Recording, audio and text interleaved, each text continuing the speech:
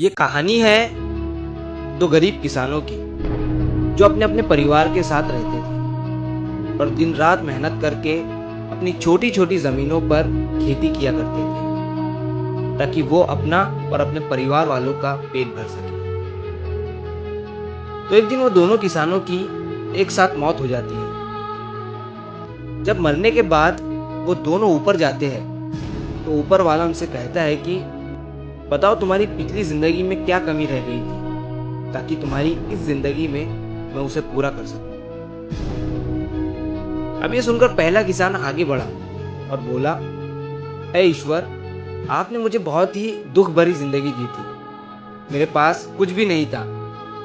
मैं हर दिन बैल की तरह खेतों में मेहनत करता था और जो कमाता था वो बस किसी तरह खाने पीने के लिए ही काफी होता था। मैंने अपनी जिंदगी में कभी अच्छे कपड़े नहीं पहने और ना ही दूसरों की तरह जिंदगी का मजा लिया था। मेरे हाथ हमेशा खाली ही रहे थे। आपने मुझे कैसी जानवरों जैसी जिंदगी दी थी। तो ईश्वर ने उसकी बात सुनी और उससे पूछा कि तो अब बता कि तुझे अगले जन्म में क्या चाहिए।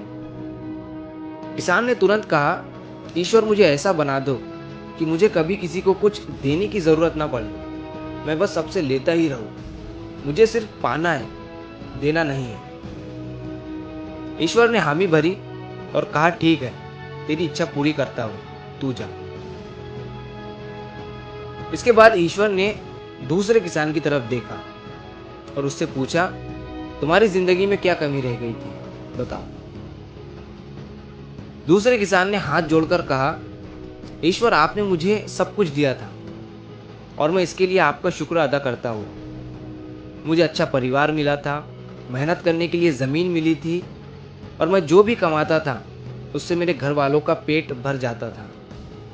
आपकी हर चीज के लिए मैं शुक्रगुजार हूँ। लेकिन एक बात हमेशा मेरे दिल में चुभती रही। कई बार भूखे प्यासे लोग मेरे दरवाजे पर आते थे। मैं उन्हें पानी तो दे सका लेकिन खाने के लिए कुछ नहीं दे पाता था।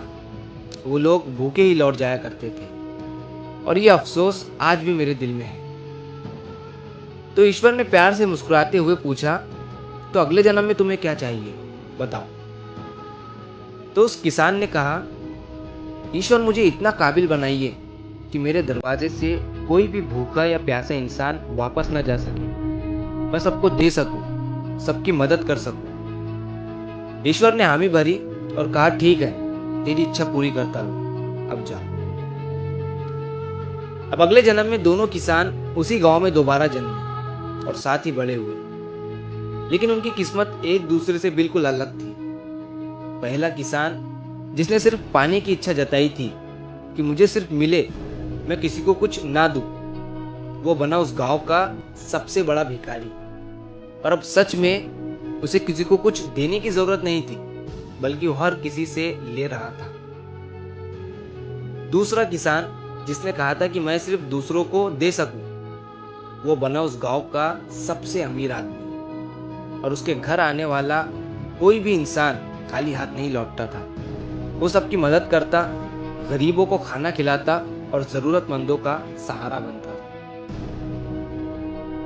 तो इस कहानी से हमें ये सीख मिलती है कि जिंदगी में हर चीज के दो पहलू हैं, एक पॉजिटिव और एक नेगेटिव। ये हम पर निर्भर करता है कि हम किस तरफ देखते हैं।